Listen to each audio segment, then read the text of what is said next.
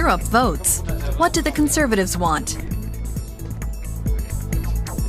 In the interview, leading candidate for the European People's Party, Jean-Claude Juncker. Mr. Juncker, for the very first time, Europe's parties are putting forward candidates for European Commission President. You're running for Europe's Conservatives. What do you hope to achieve? I'm not the candidate for Europe's Conservatives. I'm running for the Christian Democrats. It's a fine distinction, but one I think is important. By having all the major parties put forth one candidate for the presidency, we want to give the people a clear picture of who will take over leadership of the European Commission, depending on their vote. What I want to bring to the table is my long years of experience as Luxembourg's Prime Minister, as Eurogroup President, and as a decision-maker in Europe. I want to make sure the European Commission and the EU tackle the big issues in Europe while being less intrusive in its actions. Smaller problems can be solved better locally. I'm running to help give European economic growth and the European labor markets a boost. I don't mean that in an arrogant way.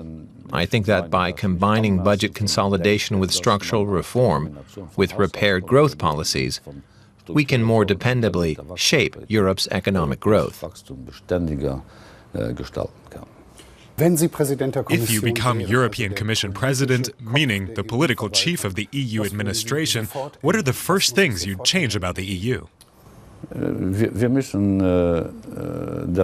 We have to see to it that the social impact of the Commission's decisions is more clearly assessed. I'd like to see stress tests for every Commission proposal made under my leadership to measure the impact on society.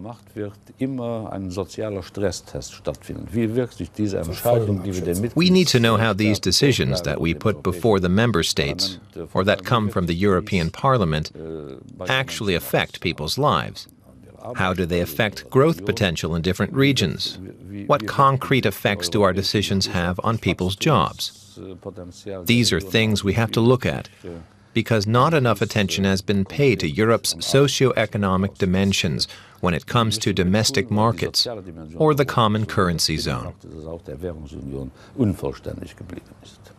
Since direct elections have been held for the European Parliament, voter participation has fallen. Last time it was just 43%. Why is that? Why is the EU still so remote and alien to European voters? At the national level, there's also a big gap between the politicians and the people. It's the same for European Union politics. For many people, Brussels seems farther away than their respective national capitals. It has to do with the fact that we in Europe, even heads of state and government, don't talk about Europe in the right way and don't inform voters correctly. We act as if everything that goes wrong in our individual countries is the fault of the European Commission and the EU. But when everything goes well, every time credit is due, it's portrayed as a success for national politics. People should be talking about Europe with more respect than they do. It's hard for us to convince people that the old issues, the question of war or peace, has gained new relevance. If you look beyond the EU's borders, to Ukraine, to Crimea, it's a wake-up call that the EU has to use its power for peace across the continent. We have to explain to people, especially to younger people, that Europe is getting smaller than it already is. That's because Europe's contribution to the global economy is going to shrink rapidly. In about 20 years, no European country will be in the G7 anymore. We're losing our demographic standing. Right now, Europeans make up 20% of the world population. But by the middle or the end of this century, we'll be just 4 to 7% of a population of 10 billion. That means we have to come together in Europe now. Otherwise, we'll have no standing in the world, and no one will listen to us anymore. And for young people who are now 10, 15, 20 years old, there won't be any future prospects in Europe, because we'll be splintered into scattered little fiefdoms, sort of like Luxembourg. We also have to figure into the picture that here in the EU, right-wing populist parties, including anti-EU parties, are gaining force in several member states. What kind of parliament are the people going to elect? Will it be able to get anything done? I don't think that right-wing populists and extremists will have a large enough presence in the parliament to block motions. But I don't want to take any bets on what the next parliament will look like. I'd prefer to be one of the people who prevented these growing parties from becoming a dominant force.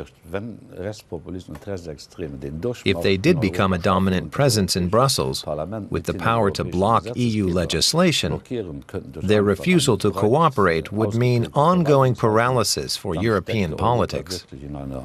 We have to make it clear to people that the right-wing extremist and populist groups that have been represented in European Parliament have in no way contributed to legislation.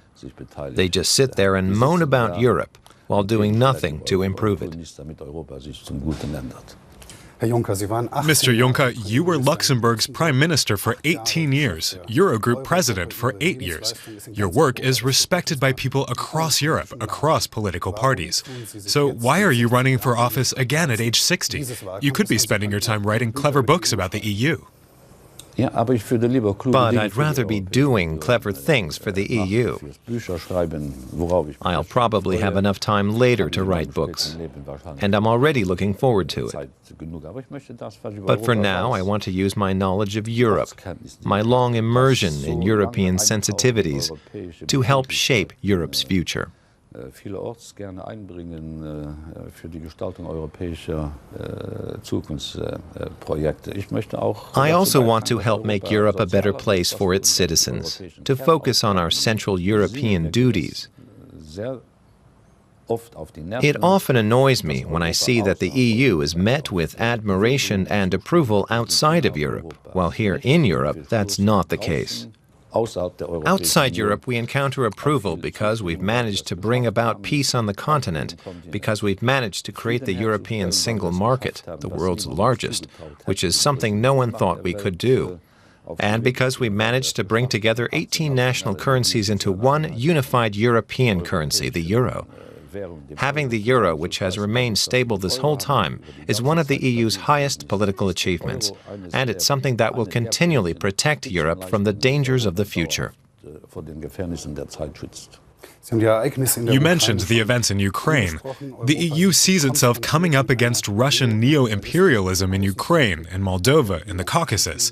Has the EU gone too easy on President Vladimir Putin in recent years? No, I don't think the EU has been too easy on Putin. Putin has been too easy on himself by thinking he could break international laws without any reaction from the EU and other important parts of the international community. He's using 20th century methods to try to change international borders in the 21st century. And he's seeing pushback from the EU, the US, and other allies. It's also about respect for European basic values, which the Russian government is violating. That's why we have to react by stepping up economic sanctions against Moscow. But we shouldn't fall into dangerous war rhetoric. We do not need a war with Russia. We need sanctions and dialogue. The interim government in Kiev has even warned of a third world war. Is that really a possibility? Recently, I had a long conversation with the Ukrainian Prime Minister. I don't care much for his choice of words. When all initiatives have failed, we shouldn't be thinking that the next step is war. War is never the next option. We will not solve humanity's problems with violence and weapons, and we should distance ourselves from this kind of war rhetoric. I can only guess that the Ukrainian Prime Minister wanted to draw the world's attention to how volatile and dangerous the situation is in Ukraine and concerning Ukraine. The Ukraine crisis has overshadowed Europe's own financial crisis. Now we're hearing everywhere the euro crisis is over. Is that true? There never was a euro crisis. There was a debt crisis in certain member states. The euro itself has always remained incredibly stable. Still, I would not say we've overcome the crisis. We're heading in the right direction, but it's not over yet. Mr. Juncker, you're here in Germany for a Christian Democrat convention, but you're not even on campaign posters here in Germany. Instead, the German CDU are campaigning with the face of Chancellor Angela Merkel. It's almost as if the party is hiding its main European candidate. I'm always surprised by this question from the German press. Are they going to have Juncker on the posters or not? Martin Schulz isn't on the posters either. He's your Social Democrat competitor. Well, you didn't have to mention that, but you're right. But the question is connected with Martin Schulz, because he is on the Social Democrats' poster in Germany. I'm not on the posters in Luxembourg either. But then I don't want to be on some shiny posters. I'm running so I can implement the platforms I believe in. Jean-Claude Juncker, Christian Democrat candidate and candidate for Europe's Conservatives. Thanks for talking to DW. Thank you. I'm glad to be the Christian Democrats' European candidate.